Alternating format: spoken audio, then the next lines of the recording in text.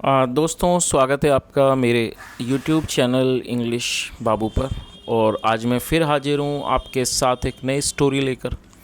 और दोस्तों, आज जो इस स्टोरी मैं आपके लिए लेकर आया हूँ बहुत ही प्यारी स्टोरी है, बहुत ही अच्छी कहानी है, सुनकर आपको बहुत मज़ा आएगा। ये एक मॉरल स्टोरी है। और उसके अलावा दोस्तों, कई बार मैंने कमेंट्स देखे और कई लोग कहते हैं और जो सब्सक्राइबर्स की सर आप थोड़ी लंबी स्टोरी लाया कीजिए, तो आज आप लोगों की डिमांड पर एक थोड़ी सी लंबी स्टोरी लेकर आया हूँ, जहाँ इस स्टोरी में आपको कुछ नए एडवांस लेवल के वर्ड मीनिंग सीखने को मिलेंगे, उनकी करेक्ट प्रोनाउंसिएशन के बारे में भी पता चलेगा। और हमेशा की तरह इसका जो ग्रामर का पार्ट है उसे एकदम डिटेल में कवर करेंगे, तो एक एक स्ट्रक्चर को आप बहुत आसानी से सीख पाएंगे। तो चलिए दोस्तों, आज की इस कहानी को हम शुरू करते हैं। और सबसे पहले कहानी का टाइटल देखते हैं।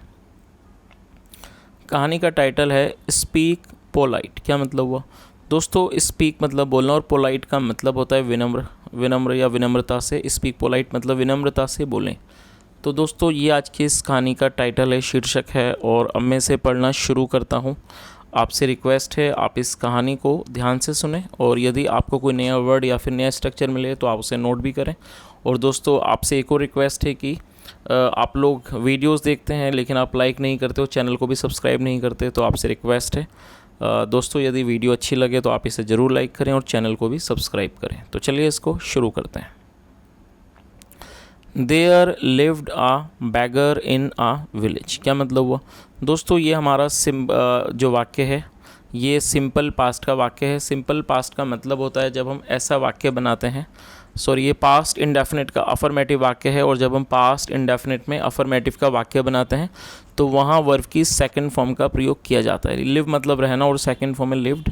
There lived a beggar in a village. और बैगर मतलब भिखारी, भीख मांगने वाला। मतलब कि एक गांव में एक भिखारी रहता था। He used to get up early in the morning and go around begging for atta, dal, rice और फूड ग्रेन्स। क्या मतलब हुआ दोस्तों? इस वाक्य में यूज टू का प्रयोग किया गया है। यूज टू का प्रयोग वाक्य में पास्ट की कंसिस्टेंसी को, निरंतरता को दिखाने में किया जाता है। जब आप ऐसा वाक्य बनाते हैं जहां ये दिखाते हैं कि पास्ट में कोई काम बराबर हुआ करता था, तो वहां यूज टू के बाद वर्ब की फर्स्ट फॉर्म लगाई जाती है। तो इस लाइन का क्या अर्थ हुआ? He used to get up early in the morning, मतलब वह सुबह जल्दी उठ जाया करता था। एंड गो अराउंड, और वो जाता था, आसपास जाता था, बैगिंग भीख मांगने के लिए। फॉर आटा, दाल, राइस, मतलब कि आटा, दाल, चावल और फूड ग्रेन्स, और अनाज के लिए। He would keep just enough of that for a miserly meal. क्या मतलब हुआ? He would keep just enough, मतलब वो सिर्फ अपने लिए पर्याप्त जो होता था वो रख लेता था। फॉर ए माइजरली मील मतलब एक जो बिल्कुल ही जो छोटी सी जो उसकी मील होती थी, भोजन होता था, उसके लिए वो रख लेता था उसका छोटा सा हिस्सा। एंड सोल्ड द रेस्ट, और जो बाकी था उसे बेच देता था एट शॉप, दुकान पर, ऑफ द नेक्स्ट विलेज, अगले गांव की। ही दस was adding up money including what cash he got in arms. क्या मतलब हुआ? ही दस इस प्रकार से वॉज एडिंग अप मनी, वो पैसों को जोड़ रहा था। एड मतलब जोड़ना, जोड़ रहा था। इंक्लूडिंग मतलब कि मिलाकर। What cash he got in arms, और आर्म्स का मतलब भीख। और दोस्तों, इसमें एल साइलेंट है तो इसको इसे आर्म्स पढ़ेंगे। तो इसका क्या अर्थ हुआ कि इस तरह से वो पैसों को जोड़ रहा था। इंक्लूडिंग वॉट कैश मतलब जो उसे कैश या नगद मिलता था। Cash he got in arms, जो उसे भीख में नगद पैसे मिलते थे। चलिए आगे देखिए। वन डे, एक दिन। He called out at an old women's hut. क्या मतलब हुआ? और दोस्तों, यहाँ वुमेन के बाद एपेस्ट्रॉफी एस है, जिसका मतलब होता है काके की, और हट मतलब झोंपड़ी। One day he called out to an old women's hut for alms, मतलब एक दिन वह एक बूढ़ी महिला के दरवाजे पर गया, जो झोंपड़ी के दरवाजे पर गया, झोंपड़ी पर गया। फॉर आर्म्स मतलब कि भिक्षा के लिए। दैट मॉर्निंग मतलब कि उस सुबह। हर काऊ हैड डाइड, उस सुबह जो उसकी काऊ थी, मतलब जो गाय थी, हैड डाइड, उसकी मृत्यु हो चुकी थी। After giving birth to a male calf, calf मतलब बछड़ा, मतलब क्या हुआ कि उस सुबह जो उसकी गाय थी उसकी मृत्यु हो चुकी थी। After giving birth to a male calf मतलब एक नर बछड़े को जन्म देने के बाद उसकी मृत्यु हो चुकी थी। Which was now useless for her, और जो अब उसके लिए यूजलेस था, मतलब जो अब उसके लिए किसी भी काम का नहीं था। She gave the calf to the beggar, और क्या मतलब, और ये गिव की सेकंड फॉर्म है, और दोस्तों ये पास्ट इंडेफिनिट का अफर्मेटिव वाक्य है। She gave the calf to the beggar, उसने भिखारी को वो बछड़ा दे दिया। आगे देखिए,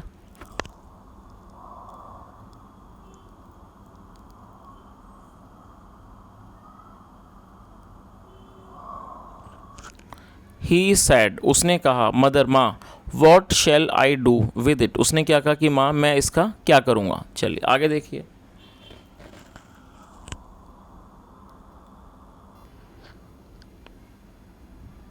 द वुमेन सैड, महिला ने कहा, you can at least bag fodder for it, क्या कहा, क्या मतलब हुआ। और दोस्तों बैग फॉर्डर का मतलब चारा, you can at least bag fodder for it मतलब आप कम से कम इसके लिए चारा मांग सकते हो, फॉर्डर मतलब चारा मांग सकते हो। सो इसलिए the bagger brought it home, जो बैगर था भिखारी था वो, और ये ब्रिंग की सेकंड फॉर्म है, ब्रॉट, ब्रिंग मतलब लाना, ब्रॉट इट होम, इसलिए वो जो भिखारी था वो उसको घर ले आया। The calf grew into a robust bull, क्या मतलब हुआ, और ये जो काफ था, जो बछड़ा था, ग्रीव वो बड़ा हो गया, इनटू अ रोबस्ट बुल, एक मजबूत सांड के रूप में। The bull felt obliged to the beggar, और ये जो बुल था मतलब ये जो सांड था, फेल्ट ऑब्लाइज्ड, वो ऑब्लाइज फील कर रहा। ऑब्लाइज का मतलब होता है एहसानमंद होना किसी के लिए, तो वो उसके लिए उसके प्रति एहसानमंद महसूस करता था। टू द बैगर, बैगर के प्रति, फॉर ब्रिंगिंग इट अप, उसको पालने के लिए। ब्रिंग अप मतलब होता है पालना। तो इस पूरी लाइन का क्या अर्थ हुआ, वो जो सांड था वो उस भिखारी के प्रति एहसानमंद महसूस करता था, क्योंकि फॉर ब्रिंगिंग इट अप, उसको पालने के लिए। इट थॉट, उसने सोचा, of doing some good for the beggar, उसने भिखारी के लिए कुछ अच्छा काम करने की सोची। चलिए आगे देखिए,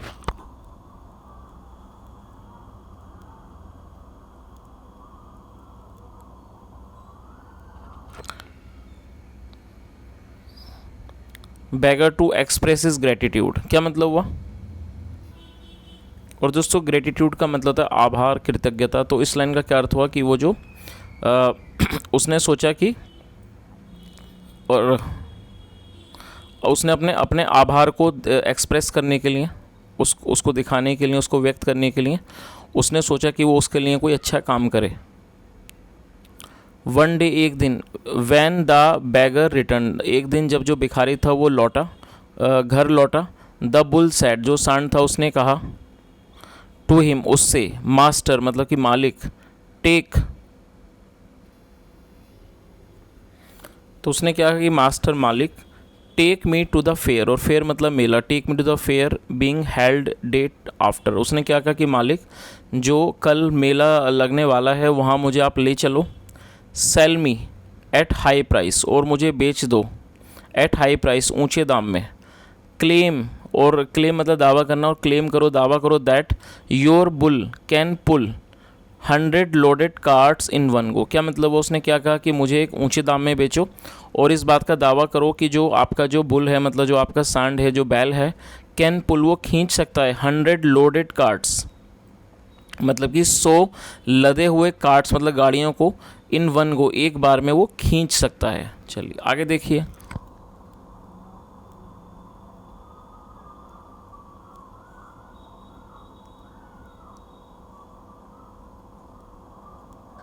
the beggar did as he was advised, क्या मतलब हुआ। दोस्तों ये जो वाक्य है ये पास्ट इंडेफिनिट का पैसिव वॉइस का वाक्य है, और जब हम पास्ट इंडेफिनिट में पैसिव वॉइस का वाक्य बनाते हैं तो वहाँ वॉज वर्ग के साथ थर्ड फॉर्म लगाई जाती है, जैसे लगाई। एडवाइस का मतलब होता है सलाह देना। The beggar did as he was advise, मतलब भिखारी ने वही किया जो उसको मतलब जो उसको सलाह दी गई।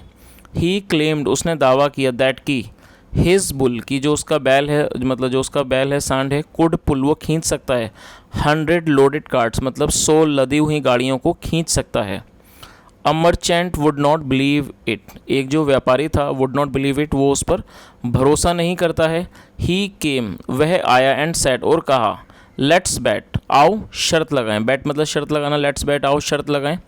If your bull does not pull 100 carts you pay me 2000 rupees, क्या क्या मतलब उसने क्या कहा, इफ़ योर बुल, यदि आपका ये जो बैल है, सांड है, डज नॉट पुल, वो नहीं खींचता है 100 कार्ट्स, 100 गाड़ियों को, यू पे मी 2000 रुपीज़, आप मुझे 2000 रुपये दोगे। इफ़ इट डज, यदि ये ऐसा करता है, आई विल पे यू 2000, मैं आपको 2000 दूंगा। चलिए आगे देखिए।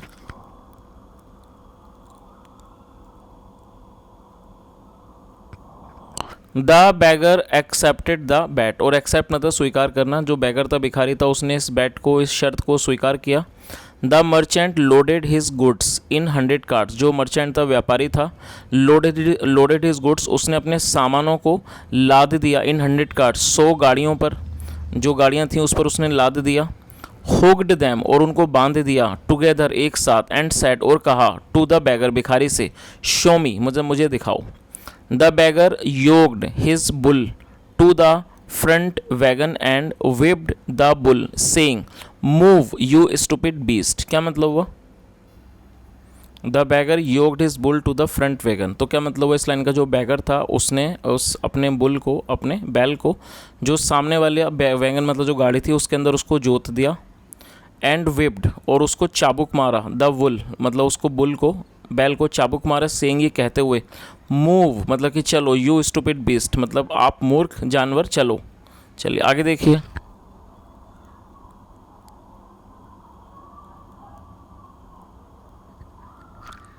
द बुल स्टूड स्टिल, और जो बुल था, बैल था, स्टूड स्टिल वो एक ही जगह खड़ा रहा।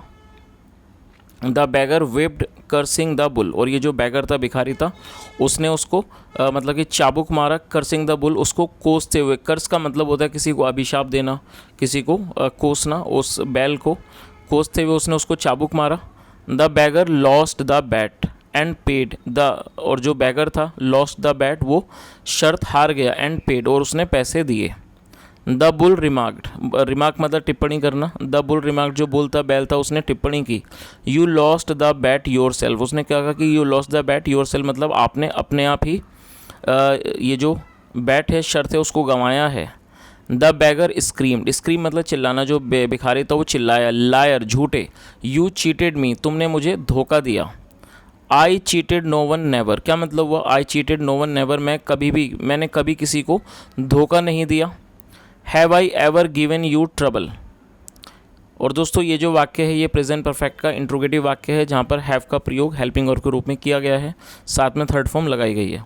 Have I ever given you trouble, क्या मैंने कभी आपको कोई have I ever given you trouble, क्या मैंने आपको समस्या दी है, कोई परेशानी दी है।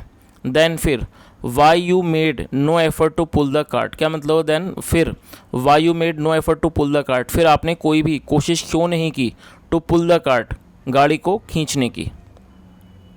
Why did you abuse me for nothing, क्या मतलब हुआ? और दोस्तों ये भी हमारा ये पास्ट इंडेफिनिट का इंट्रोगेटिव सेंटेंस है। Why did you abuse me for nothing, आपने मतलब why did you abuse me for nothing, आपने बिना वजह के मुझे गाली क्यों दी। चलिए आगे देखिए। The beggar realised his mistake, realise का मतलब होता है महसूस होना। The beggar realised his mistake, जो भिखारी था उसे अपनी गलती का एहसास हुआ। द बुल एडवाइस, जो बुल था, बैल था, उसने एडवाइस दी मतलब उसने सलाह दी। नाउ अब, चैलेंज द सेम मर्चेंट, और चैलेंज मतलब चुनौती देना, उसने क्या कहा कि now challenge the same merchant for 5000 bet, उसने क्या कहा कि अब उसी व्यापारी को 5000 रुपये शर्त की चुनौती दो। चलिए आगे देखिए। The beggar went to the merchant and invited for a fresh bet on the same conditions, क्या मतलब हुआ? The beggar went to the merchant, और जो बैगर था, भिखारी था, वेंट टू द मर्चेंट वो व्यापारी के पास गया, एंड इन्वाइटेड और उसे आमंत्रित किया, उसने उसको बुलाया, फॉर ए फ्रेश बैट एक नई शर्त के लिए, ऑन सेम कंडीशन उन्हीं शर्तों पर। चलिए आगे देखिए। द मर्चेंट लाफ्ड, जो व्यापारी था वो हंसा, इन हिज हार्ट वो अपने मन में वो हंसा। The merchant made the beggar show 5000 rupees he would be paying, क्या मतलब हुआ? और दोस्तों ये जो हमारा वाक्य है ये पॉजिटिव वाक्य है। पॉजिटिव का मतलब होता है जब एक व्यक्ति दूसरे व्यक्ति से कोई क्रिया को करवाता है। तो इस लाइन का क्या अर्थ हुआ? The merchant made the beggar show 5000 rupees he would be paying, जो व्यापारी था उसने उस भिखारी से 5000 रुपये दिखवाए, मतलब उसने उसको कहा कि वो 5000 रुपये दिखाए कि जो वो rupees he would be paying, जो वो अदा करेगा। चलिए आगे देखिए।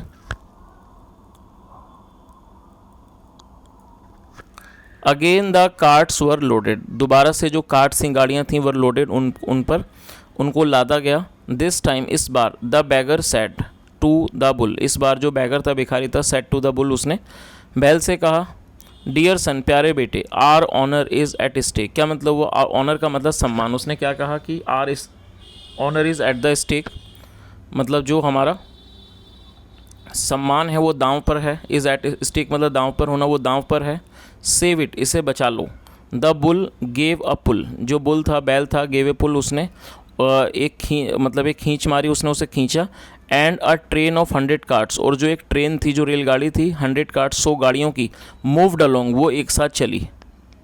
The bagger took the winning of 5000 rupees, और ये जो भिखारी था, टुक द विनिंग, उसने वो जो जीत की रकम थी 5000 रुपीज़, वो ले लिए, टेक की सेकंड फॉर्म में टुक, ले लिए। एंड रिटर्न होम, और वो घर लौट आया। विद हिज डियर बुल, अपने प्यारे बैल के साथ। Patting it all the way, उस पर हाथ थपथपाते हुए। एंड सेइंग, कहते हुए, स्वीट थिंग्स टू इट, और उसको मीठी बातें कहते हुए।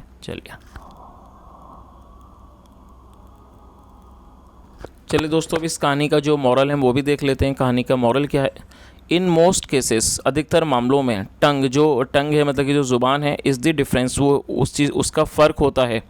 बिटवीन सक्सेस एंड फेलियर, मतलब कि सफलता और विफलता के जो बीच में जो फ़र्क होता है वो किस चीज़ का होता है, वो ज़ुबान का होता है। चलिए तो दोस्तों, मैं उम्मीद करता हूँ कहानी अच्छी लगी होगी, साथ में जो कहानी का जो मॉरल है वो भी आपको बहुत अच्छा लगा, क्योंकि जो इस कहानी का मॉरल है वो हमें यही सिखाता है कि हमें कभी भी किसी से गलत भाषा में बात नहीं करनी चाहिए। जैसा हमने इस कहानी में देखा कि वो जो भिखारी था, उसने बैल से गलत लैंग्वेज में बात की, जिसकी वजह से वो शर्त हार गया, लेकिन जब उसने उससे प्यार से बात की तो वो शर्त जीत भी गया।